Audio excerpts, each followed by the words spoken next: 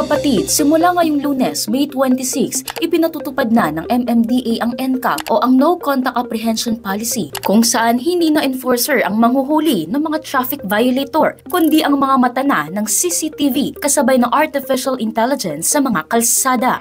Saang mga lansangan nga ba ito ipatutupad at paano ang magiging proseso?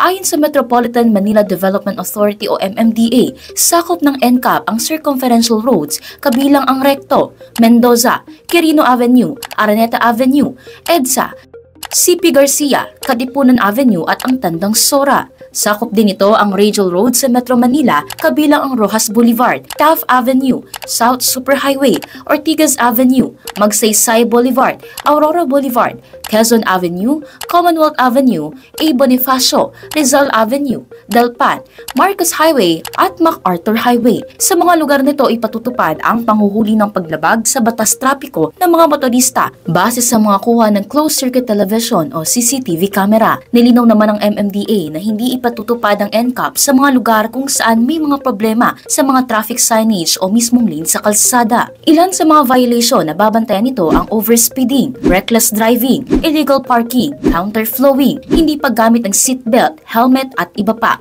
Kung mahuli man, ipadadala ang notice of violation sa address ng nakarehistro sa LTO. Pero paglilinaw ng MMDA, hindi na kailangan magpakita ng motorista sa kanilang opisina para umapela sa kanilang violations. Kailangan lang daw i-click ang form sa kanilang website para makontes ang paglabag at pwede ring manghingi ng kopya ng CCTV footage kung hindi sila kumbensido. Maaari namang bayaran ang multa sa NCAP online sa pamamagitan ng kanilang land bank link. Hindi rin naman daw agad papatawan ng notice of violation sa mga mahuhuli kang. Pag-aaralan muna nila ang konteksto ng insidente para masiguro na tama ang pagkakahuli ng AI. Para maging updated sa mga local happening, mag-follow at mag-subscribe sa social media pages ng News 5.